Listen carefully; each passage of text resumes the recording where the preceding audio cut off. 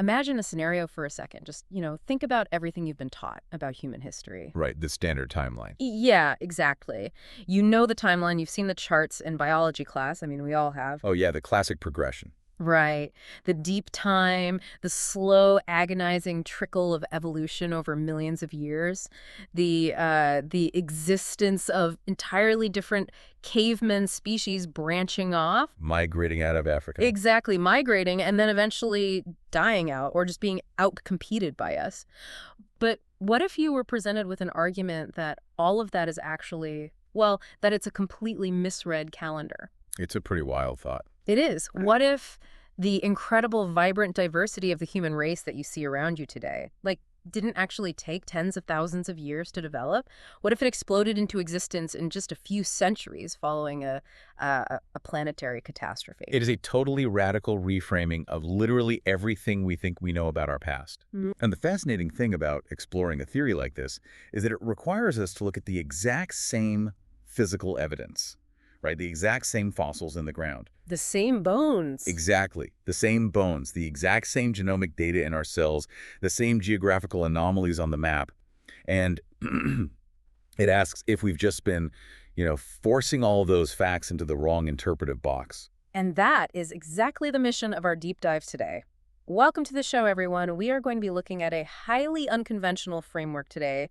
It's presented in a text called Earth, a biography of chaos written by Darrell Waters. Yeah, and the book outlines something called the Unified Theory of Geologic History. Right, which we'll just be referring to as UTGH to keep things simple. Now, I do want to state right at the top, very clearly for everyone listening, our goal today isn't to endorse this framework or to, tell you this is absolute historical fact. Right, we're not taking sides here. Yeah, exactly. We are here to impartially unpack the claims made in this text.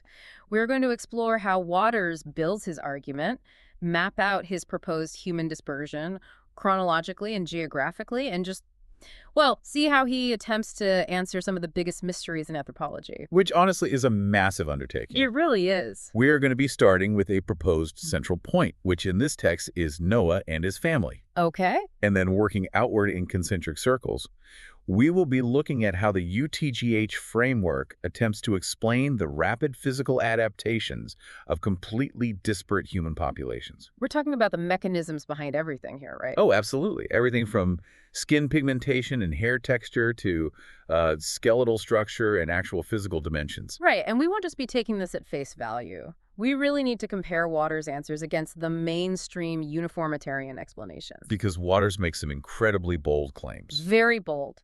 We are going to look at his proposed origin for the so-called cavemen, the Neanderthals, the Denisovens, Homo Luzuonensis. All of them. Yeah, which the text actually claims all descended from Adam and Eve. And perhaps most surprisingly, we are going to trace the lineages of disparate survivors who, according to this framework, didn't actually descend from Noah's family at all. It's a really complex narrative. Yeah. You see, the standard mainstream model operates on uniformitarianism. Right, which is what exactly, just for the listener. Right, so it's the idea that the slow, gradual geologic and genetic processes we observe today, they have always operated at this same steady rate. So nothing really changes speed. Exactly.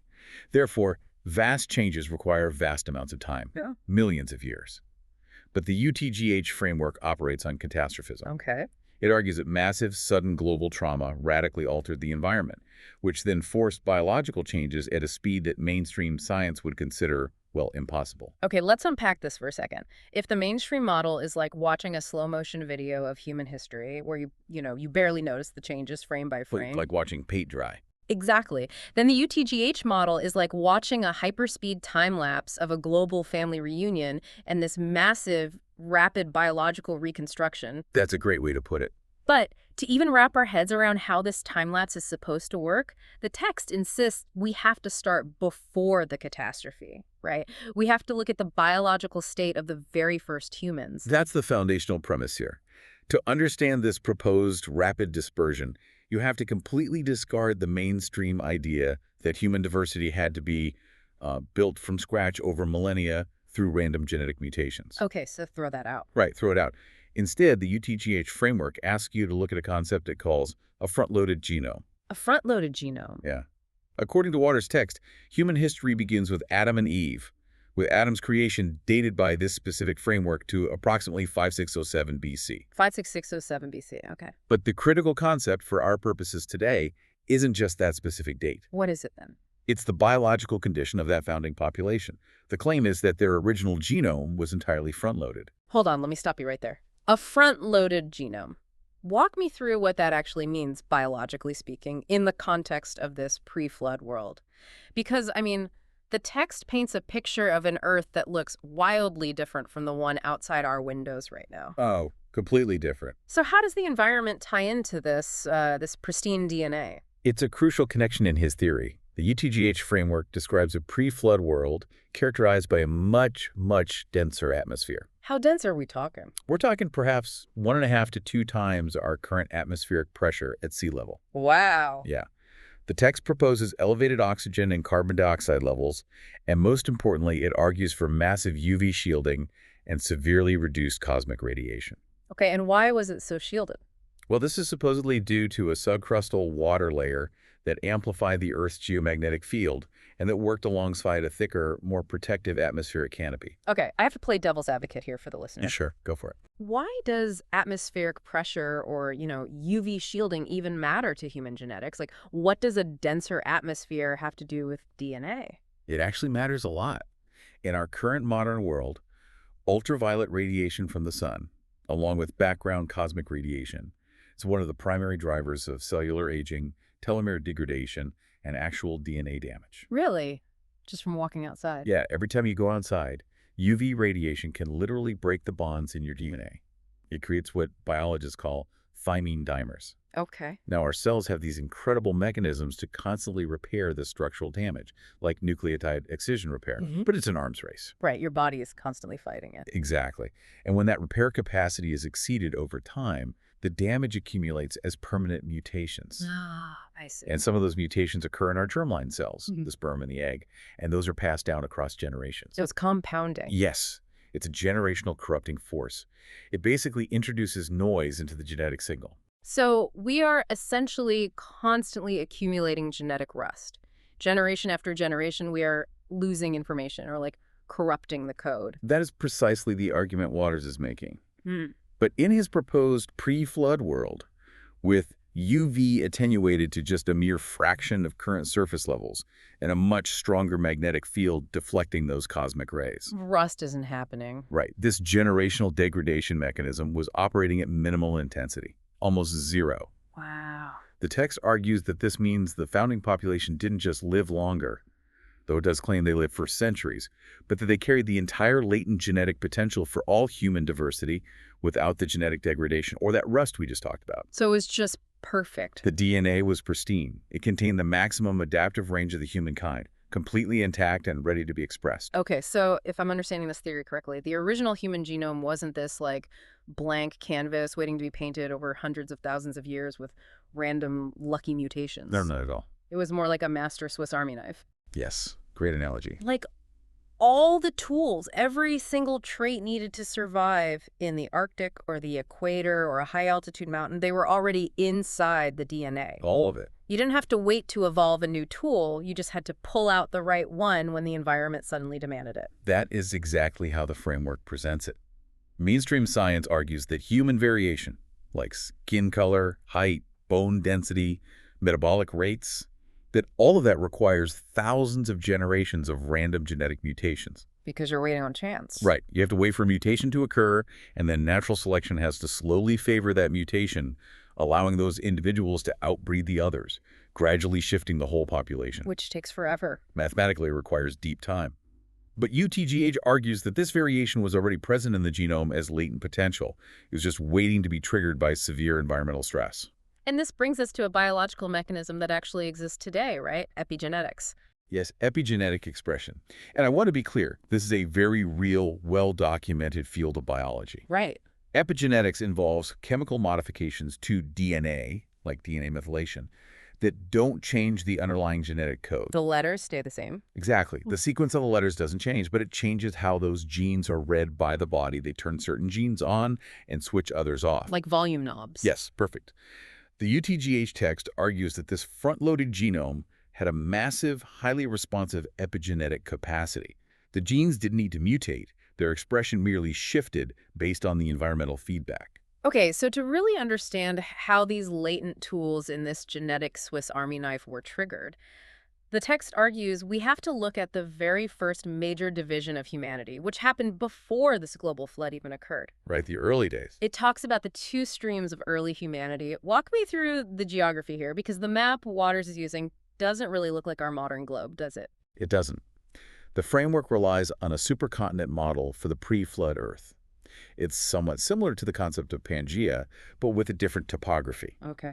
The text outlines two distinct pre-flood human populations, drawing on the biblical genealogical record to place them geographically. First, you have the line of Seth, which eventually includes Noah and his ancestors. Right. According to UKGH, this line settled in the fertile, agriculturally rich lowlands.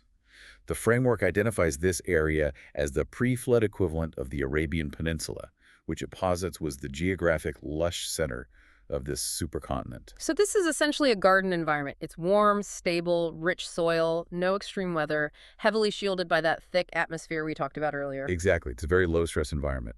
But then there's the second stream, the line of Cain. Okay, what happened to them? Well, following Cain's exile, which the text notes was east of Eden, Waters places his descendants into the harsh, elevated rocky highlands. The mountains. Yes. Geographically, he maps this to the ancient mountain ranges that correlate to the modern Caucasus, Zagros, and Altai mountain corridors.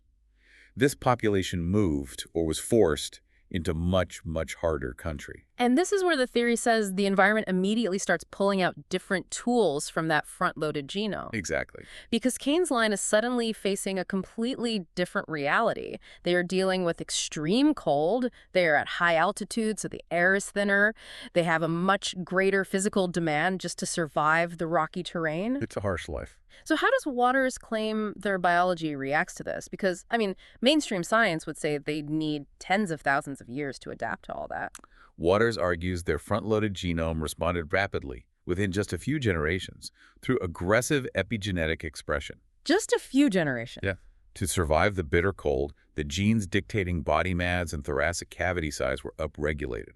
They developed barrel chests to retain core heat and to house larger lungs for the thinner air at that altitude. Wow. And to deal with the freezing, dry air, epigenetic triggers enlarged their nasal passages. They developed these elaborated turbinate structures, which are basically internal radiators in the skull to warm and humidify the air before it reached their lungs. To stop their tissue from freezing. Exactly, preventing tissue damage. Okay, but what about their skeletons? Walking up and down mountains all day is totally different than farming a flat plain. The physical terrain demanded a completely different biomechanical response. The framework states their genome expressed a vastly more robust, dense skeletal structure. Heavy bones. Yeah, we are talking about thicker cortical bone with heavy, pronounced muscle attachments designed for climbing, hunting, and carrying heavy loads across uneven vertical ground. Right. Also, even at altitude, the slight increase in UV exposure, because, they're physically higher up and closer to the top of that atmospheric shield. Ah, I see. That triggered melanin retention, so it gave them darker skin and hair than the Sethite lowland population who were shielded down in the valley. Okay, I have to stop you here because this is where the text makes one of its most controversial claims. It certainly does. You just described, in very vivid detail, the exact physical features of a group of people that mainstream science has been studying for over a century. Yep. When mainstream paleontologists look at these robust, barrel-chested, cold-adapted bones with the large nasal cavities and heavy brow ridges, they don't just call them high-altitude humans. No, they don't. They classify them as a completely separate species, Homo neanderthalensis. The mainstream consensus is that Neanderthals are an evolutionary branch that split off hundreds of thousands of years ago in Europe and Asia, and they are entirely separate from anatomically modern humans. Yes, and that is exactly where the UTGH framework throws a massive wrench into the standard anthropological model. So what does Waters say? Waters argues that there was no separate species. None. Wait, none at all? None. Neanderthals, according to this text, were simply Cain's descendants. They were 100% human beings who were expressing the cold climate, high altitude, high stress variant of the front-loaded human genome. That's wild. Right. They weren't an archaic hominid slowly evolving into something else. They were expressing very rapidly the physical traits that the cold and the altitude had demanded of their pristine DNA. But wait, mainstream geneticists have mapped the entire Neanderthal genome from bone fragments, They right? have, yes. So if they are just a few generations removed from the lowland humans, wouldn't their genetic markers be virtually identical? How does Waters' framework explain the distinct genomic differences that lead mainstream science to classify them separately today? Basically, you can't just, wave away the DNA evidence. It's a really great question, and it comes down to how you interpret genetic distance and epigenetic silencing. Okay, explain that. The text argues that when a small population is isolated in an extreme environment, the intense epigenetic shifts turning certain gene networks on and silencing others entirely become hereditary within that closed loop. Ah, so they get locked in. Exactly. Over several centuries of strict isolation in these mountain corridors, this profound epigenetic divergence, combined with genetic drift in a small population, creates a genomic profile that looks very different to modern geneticists. So that it looks like time, but it's actually just stress. Bingo. The mainstream model sees that difference and assumes it equates to hundreds of thousands of years of evolutionary divergence. But UTGH argues that it merely reflects a deep, intense period of isolated environmental adaptation by a subset of the original human family.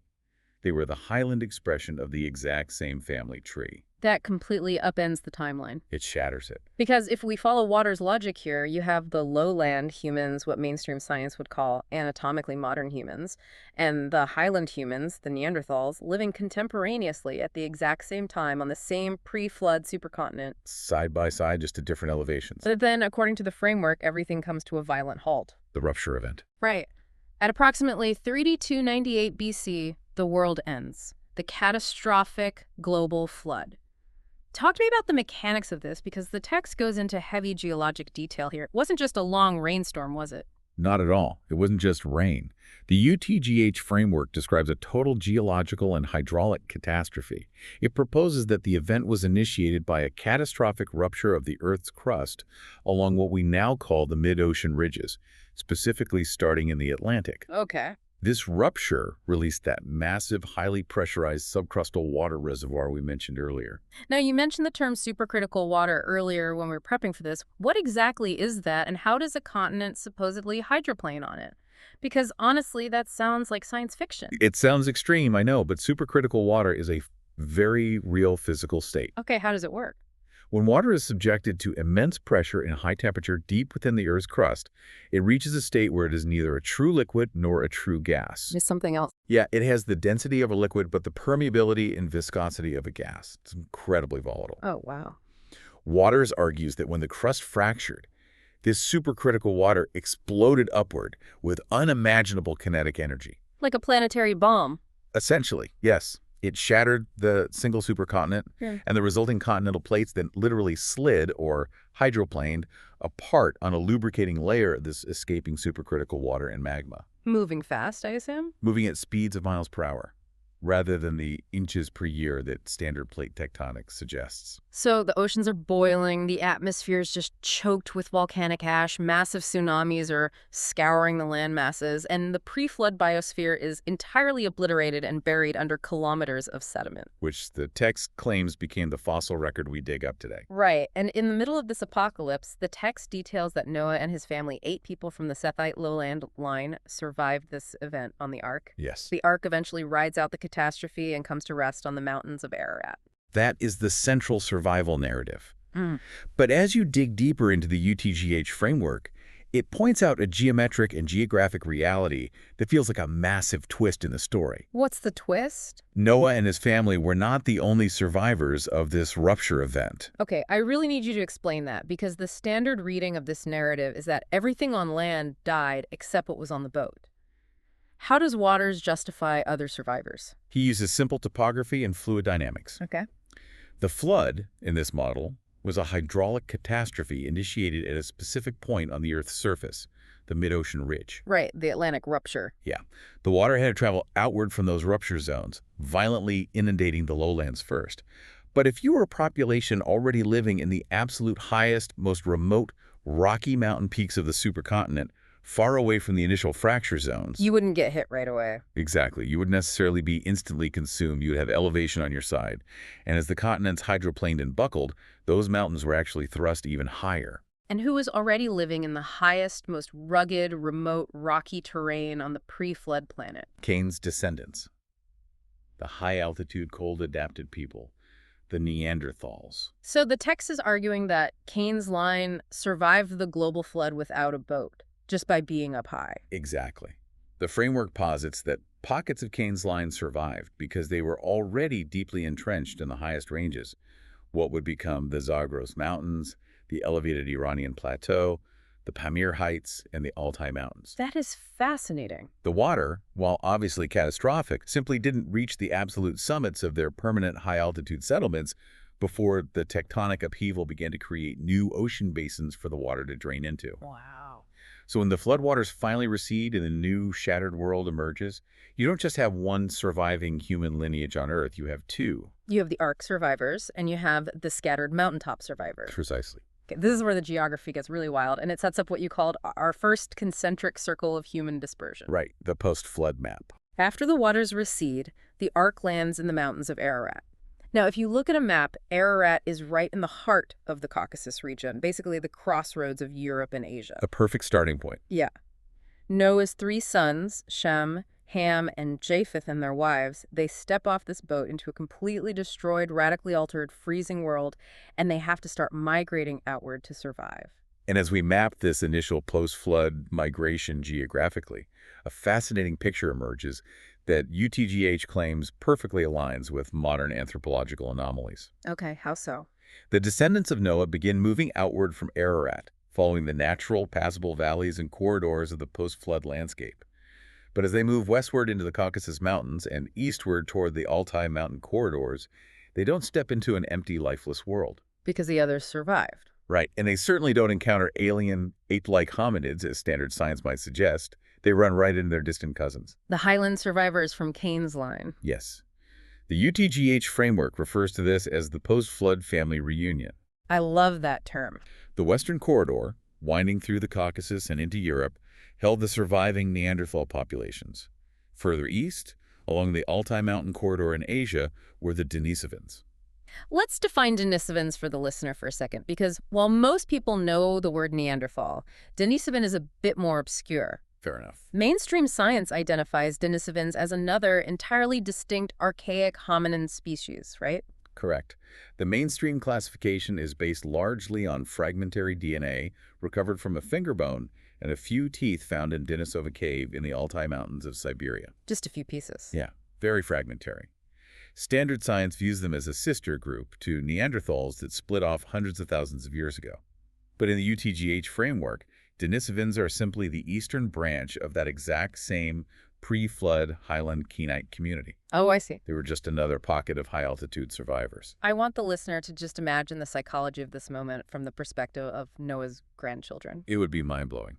You walk off an ark, you've inherited stories of a destroyed world, you start migrating down through these desolate, rocky mountain valleys to find food, and suddenly you meet people. People who survive. Right.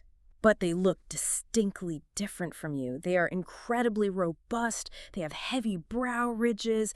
Their bodies are perfectly adapted to the freezing temperatures. And they survived the end of the world by clinging to the mountaintops. It's incredible to picture. The mainstream model calls the subsequent genetic mixing of these groups interspecies mating. They say modern humans migrated out of Africa and mated with inferior hominids. But UTGH is saying, no, this is the reunion of a fractured human family that hasn't seen each other since the gates of Eden.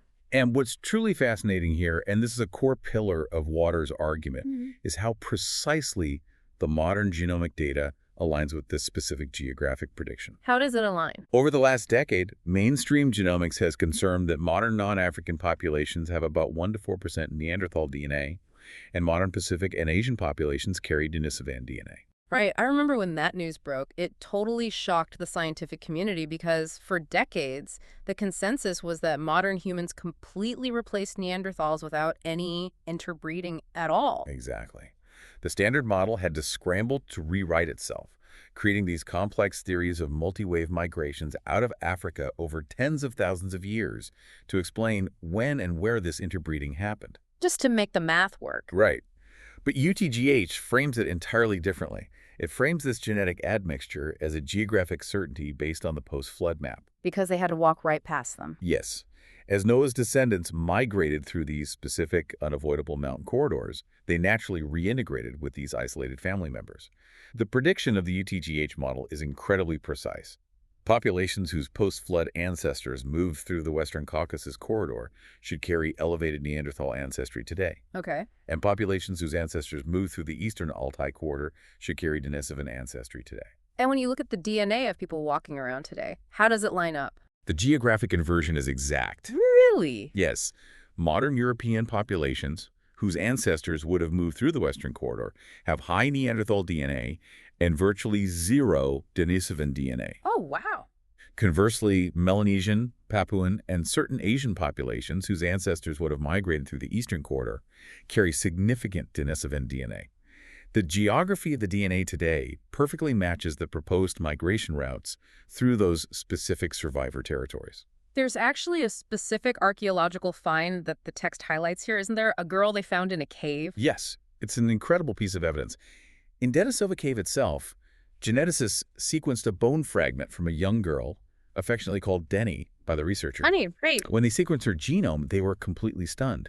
She had a Neanderthal mother and a Denisovan father. She was a first-generation hybrid. And where is Denisovan Cave located on the map? Right at the geographic convergence point of these two highland mountain corridors in the Altai Range. That is wild. The UTGH model doesn't need to invent complex, multi-wave, 50,000-year migration theories to explain how a Neanderthal and a Denisovan met there. It just maps the post-flood dispersal routes directly through the territories of the people who were already living there, merging at the exact geographic crossroads. Okay, so we have this initial, relatively slow expansion out of the Ararat region. The fractured human family is reuniting. They're spreading out across the landscape. Taking their time settling. Right. And they are able to spread quite far because, as the text explains, the post-flood ice age has locked up so much of the Earth's ocean water in massive glaciers that huge land bridges are actually exposed. Sea levels were way lower. But then, this slow expansion is suddenly and violently accelerated by a massive geographic division.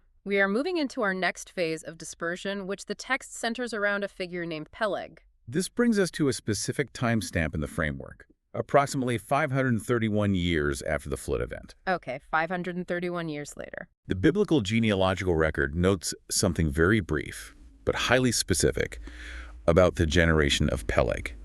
It says simply, "In his days the earth was divided."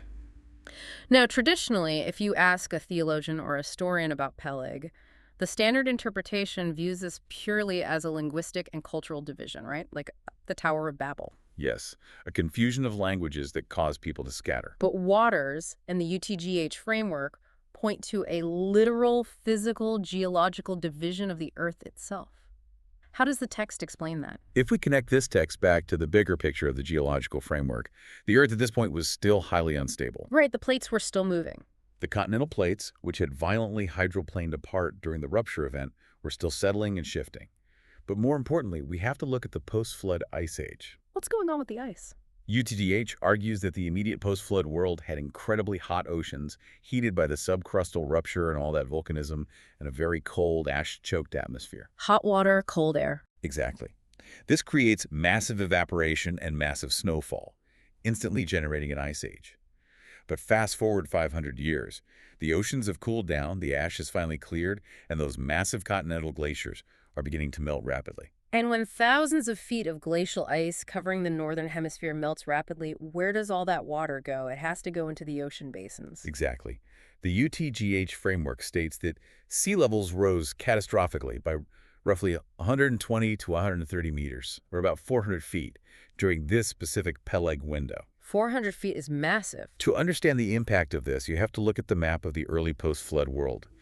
Because the oceans were lower, there were massive, highly fertile, habitable land bridges connecting the continents. Where? There was Doggerland, a huge forested plain connecting mainland Europe to the British Isles.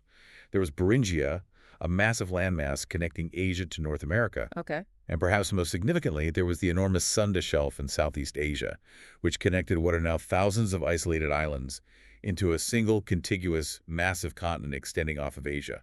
And it stands to reason that the migrating post-flood generations had settled heavily in these specific areas, right? Naturally, yes. Because they were the most productive, low-lying coastal plains available. They would have been prime real estate for early hunter-gatherers and agriculturalists. Precisely, they were lush ecosystems. But during the Pelig division, as the ice dams broke and the ocean basins filled, these massive land bridges sank beneath the waves. Just disappeared. And it likely wasn't a slow millimeter by millimeter rise. There would have been catastrophic megafloods as glacial lakes breached their ice dams, similar to what we know happened with Lake Agassiz in North America, but on a global scale. The Earth was literally physically divided by rising water. So what happens to those reunited families when the water rises? The consequence of this is absolutely staggering for human history. The unified human population, which had just started to spread out and reintegrate across these massive plains, was suddenly and violently fractured. Completely cut off. You have groups of people who are permanently isolated on newly formed continents, like the Americas or Australia, and newly formed islands like Britain or the Indonesian archipelago. They are trapped. Nowhere to go. There is no more walking back to the family hub in the Middle East. And crucially, they are trapped in radically different environments. And this intense, inescapable geographic isolation is the exact pressure cooker needed to trigger the explosion of modern human diversity. Right. This brings us to the core mechanism of the UTGH theory, the rapid epigenetic expression of these isolated populations. Right, because now you have these small, splintered groups of people. They are carrying this incredibly rich, front-loaded, uncorrupted genetic potential we talked about earlier, the pristine Swiss Army knife. Yep, the whole toolkit. And they are suddenly locked into specific, extreme, localized environments with absolutely no way to mix with the broader global population to dilute the gene pool. The Swiss Army knife is forced open. Forced to adapt or die. Let's talk about the specific physical adaptations that the text explores. How does this framework use rapid epigenetic expression to explain the racial and physical differences we see across the globe today? Well, the framework looks at the specific environmental triggers of each new geographic prison, essentially. Give me an example. Let's take the populations that were isolated on the African continent. They're facing immense equatorial heat and intense high UV exposure, especially since the protective pre-flood atmospheric canopy is now gone. So the sun is just beating down on them. Exactly. The front-loaded genome recognizes this severe structural threat to the DNA. It responds to this stress by upregulating the expression of eumelanin, high melanin levels producing dark skin to act as a natural biological shield against UV degradation. Okay, that makes sense. Furthermore, it triggers epigenetic shifts in morphology, creating body types optimized for thermal management. You see longer limbs and leaner torsos, which maximizes skin surface area for cooling and sweat evaporation. Okay, and what if a group was isolated on the opposite end of the spectrum? Say, populations trapped in Scandinavia or Northern Europe as Doggerland sank. The exact opposite epigenetic triggers are pulled. Because the environment is totally reversed. Right. They're living in a low UV, cold, heavily clouded climate. If they maintain high melanin levels, they will literally die of rickets because they won't be able to absorb enough sunlight to synthesize vitamin D. Oh, wow. I didn't think of that. So the genome suppresses melanin expression to maximize vitamin D synthesis from what little sunlight there is, resulting in light skin, light hair, and light eyes. And their bodies. Simultaneously, the bitter cold environment triggers the expression of denser bone mass and body proportions optimized for caloric efficiency and heat retention. You get shorter, stockier builds that minimize surface area. And what about populations isolated in Asia? There you see adaptations to high-glare, windswept, cold environments like the steppes or the Himalayas. The genome triggers the expression of the epicanthal fold, which is a layer of adipose or fat tissue above the eye. To protect them. Yeah, to physically protect the eye from freezing winds and snow glare. You also see moderate melanin expression and specific metabolic profiles suited to the regional diet and climate. Now, I have to jump in here because this is the massive point of contention, and it's where mainstream science would violently disagree with the UTGH timeline. Of course they would. The mainstream model says, okay, yes, we see these physical differences, and yes, they are driven by environment, but standard evolutionary biology insists that it took humans leaving Africa roughly 70,000 years ago, to develop these traits. Right. Deep time again. Mathematically, that's over 2,300 generations of random genetic mutation and natural selection picking the winners and losers. You have to wait for a random mutation for lighter skin to occur, and then that specific person has to survive better, have more kids, and slowly pass that trait on until it dominates the population over thousands of years. It's a very slow statistical drift. But Waters is arguing something entirely different regarding the speed, right? He is. The UTGH framework points out a critical math problem for the standard model, especially when you factor in the genetic viability of small populations. Waters argues that the front-loaded genome didn't need 2,300 generations to randomly mutate these traits by chance. Because the tools were already there. Exactly. The traits didn't need to be invented, they just needed to be unpacked. He claims the genome produced these phenotypes via epigenetic triggers in just centuries, roughly 200 generations since the flood. That is incredibly fast. When the environment demanded it, the genome expressed it rapidly within a few generations. And because these populations were suddenly geographically isolated by the rising oceans, there was no outside gene flow to wash those traits away. The isolation locked those specific traits into the localized gene pools permanently. I know what the listener is probably thinking right now. You're wondering how you can possibly bottleneck the entire global population down to 8 people on a boat just a few thousand years ago without the DNA completely collapsing into ancestral ruin. A lot of people wonder that. But if you trace the DNA back, it's amazing how mainstream science actually agrees with the fundamental concept of a massive genetic bottleneck. Standard geneticists universally agree that all humans alive today share a mitochondrial Eve, a single maternal ancestor whose mitochondrial DNA was passed down unbroken, and a Y chromosomal Adam, a single paternal ancestor. That is correct. The standard model accepts the bottleneck. It just spaces those two individuals tens of thousands of years apart, placing them far back in deep antiquity in Africa, and relies on complex statistical models of lineage extinction to explain it. Okay. The UTGH framework simply takes that exact same genetic data, removes the uniformitarian assumption of deep time, and places those two individuals, their immediate descendants, on a boat a few thousand years ago. So it's the exact same data, just a different calendar. Exactly. The genetic bottleneck wasn't a slow statistical phenomenon playing out over millennia. It was a literal historical event involving 8 people. Which raises an incredible question about how we interpret genetic distance. It does. When mainstream geneticists look at the DNA of, say, a Scandinavian person and compare it to an Aboriginal Australian person, they see a lot of variation. They assume that genetic distance equals time. Right, a molecular clock. The more different the DNA, the longer those two groups must have been separated from each other. But how does UTGH interpret that same distance? UTGH says that genetic distance does not merely reflect the ticking clock of modern uniformitarian mutation rates. Instead, that distance reflects the depth of the epigenetic divergence. Meaning what, exactly? It shows how aggressively and differently the front-loaded genome had to express itself to survive in 2 radically different environments.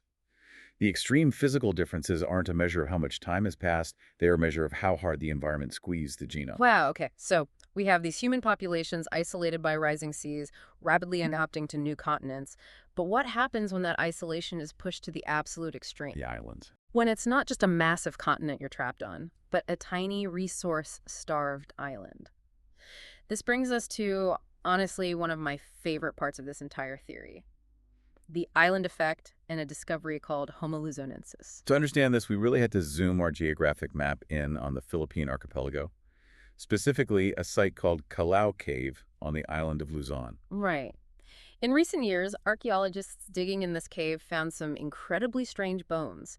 They found foot bones, metatarsals, and teeth of tiny humans. Very small. They were very small-bodied, their teeth and bones looked slightly different from modern humans, and the mainstream anthropological community, dating them back over 50,000 to 130,000 years, depending on the strata, classified them as an entirely new, extinct species of hominid. Right. Homo Luzuonensis. They officially named them Homo Luzuonensis, a completely separate branch of the human family tree that somehow made it to an island and just died out. And the UTGH framework uses the text to completely dismantle this conclusion. How so? It does so by pointing out that mainstream science is refusing to apply a biological rule to humans that it already universally accepts for every other animal on Earth. Okay, trace the geography for me first. Let's trace the geography of these people using Waters' map. Yeah. The ancestors of these people were part of the post-flood dispersal. They migrated eastward through the Altai Mountain corridor, picking up that Denisoven genetic signal we discussed. Right, the Denisoven DNA. They continued south and walked across the massive dry Sunda shelf, which remember was above water during the Ice Age, and they walked right onto what is now the island of Luzon. Because Luzon wasn't an island back then, it was a highland region connected to the mainland? Precisely. But then the Peleg division happens. The glaciers melt, the sea levels rise 400 feet, and the land bridges submerge. That population is now trapped on Luzon.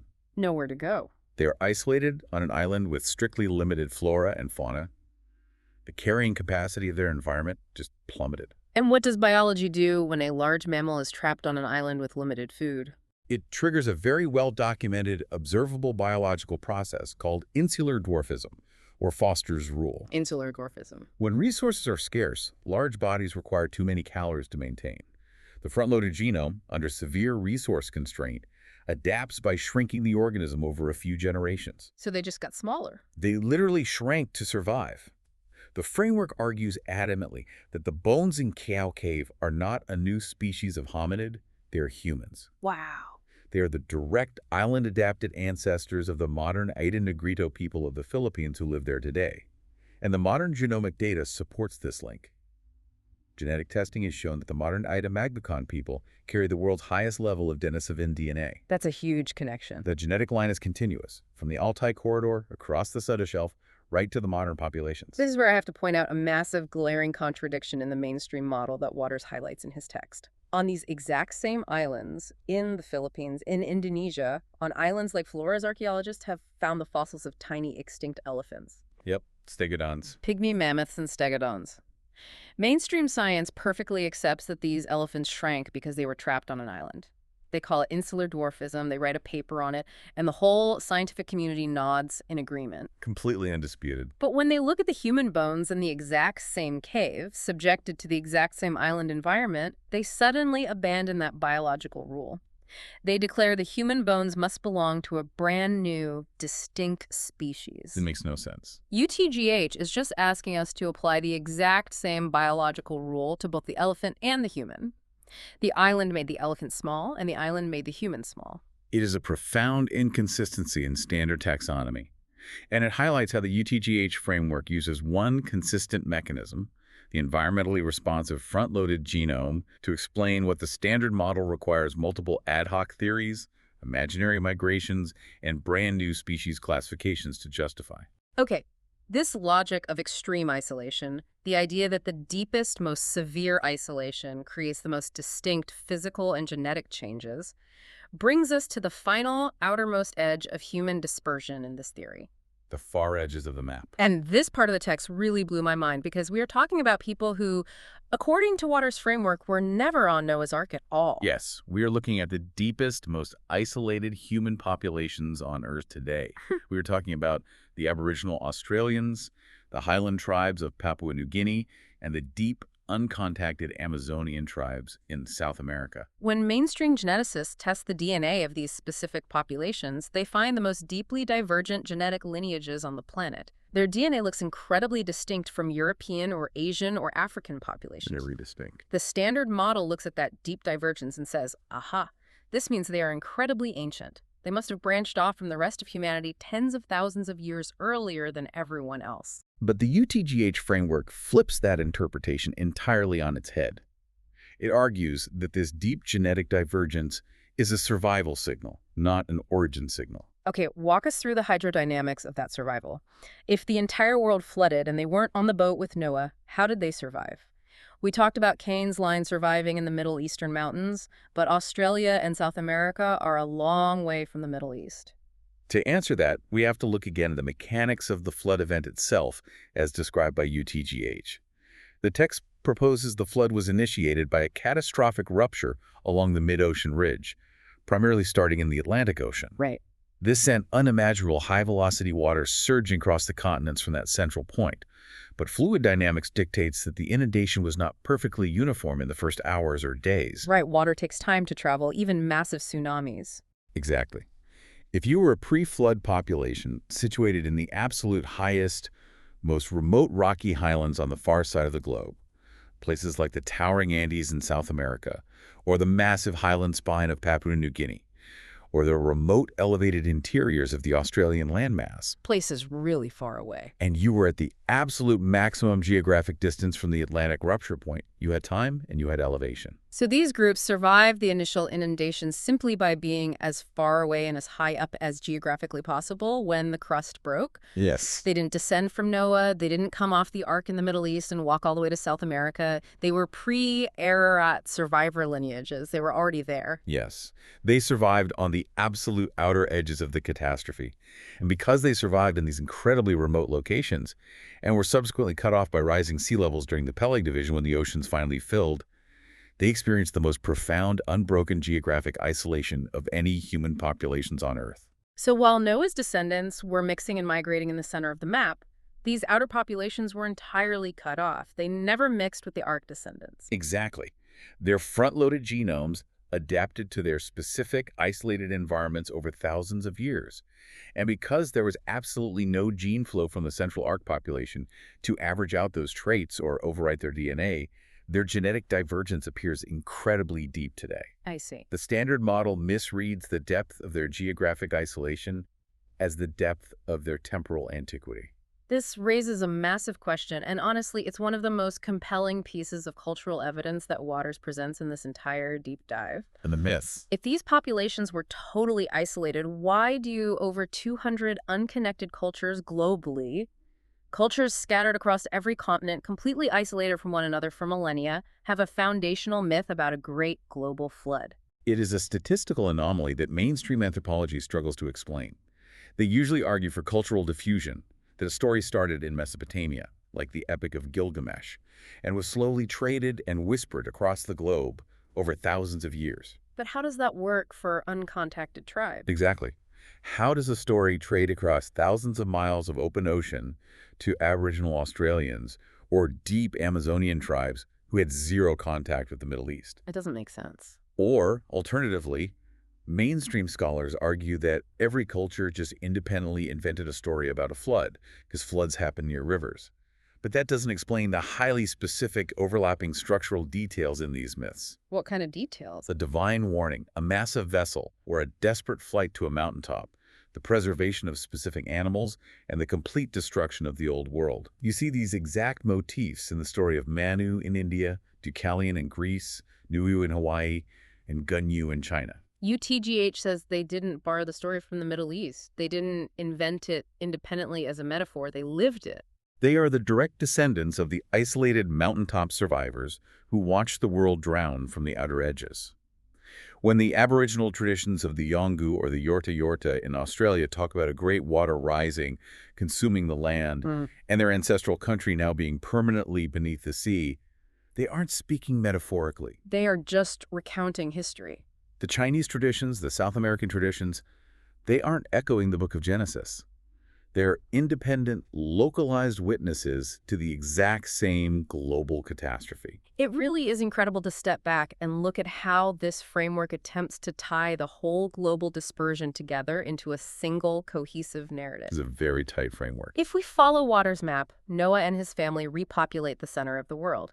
They move outward, integrating with the corridor survivors, the Neanderthals and Denisovens from Cain's line. Meanwhile, the distant edges of the world were populated by entirely separate highland survivors. And all of them, every single human being on the board, is carrying the exact same front-loaded genome of Adam and Eve, just expressing it in 1,000 different ways based on where the rising waters of the Peleg Division trapped them. It completely frames the entire human story, not as a slow, random, millions of years climb out of the mud through trial and error, but as a violent, rapid explosion of biological adaptation. Yeah.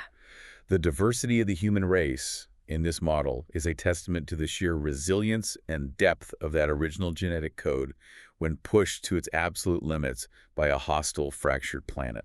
So let's recap this journey we've been on. We started with the claim of a single front-loaded genetic source living in a perfect, highly shielded environment. Pristine genome. We passed through a catastrophic hydraulic bottleneck that shattered the crust and nearly wiped out the species. We saw the survivors dispersing into mountain corridors, reuniting with long-lost, physically transformed family members that we now call Neanderthals. The post-flood reunion. We watched the earth divide beneath their feet as glaciers melted, scattering them across sinking land masses like Doggerland and Sundaland. We saw them shrinking on isolated islands like Luzon to survive resource scarcity. And we found the descendants of people who watched the world end from the furthest mountaintops. No big scale.